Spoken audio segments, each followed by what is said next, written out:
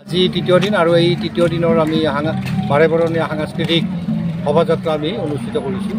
আমি এই সাংস্কৃতিক শোভাযাত্ৰাৰ জৰিয়তে অসমৰ কলা কৃষ্টি, কলা সংস্কৃতি লগতে আমাৰ অসমৰ যি ঐক্য, এই ঐক্যক আমি উপস্থাপন কৰিছে আমাৰ ছাত্ৰ ছাত্ৰীসকলৰ সকলে। আমি আশা ৰাখিছোঁ যে ইয়াৰ জৰিয়তে আমাৰ বৌদ্ধিক তথা আমাৰ ভৱিষ্যত প্ৰজন্মৰ কাৰণে উৎসাহজনক এটা এই শোভাযাত্ৰা হ'ব বুলি আমি বিশ্বাস কৰিছোঁ। সেয়েহে আমাৰ ছাত্ৰ ছাত্ৰীসকলে বিভিন্ন কলা সংস্কৃতি বিজ্ঞান এইবিলাক আমাৰ উপস্থাপন কৰিছে।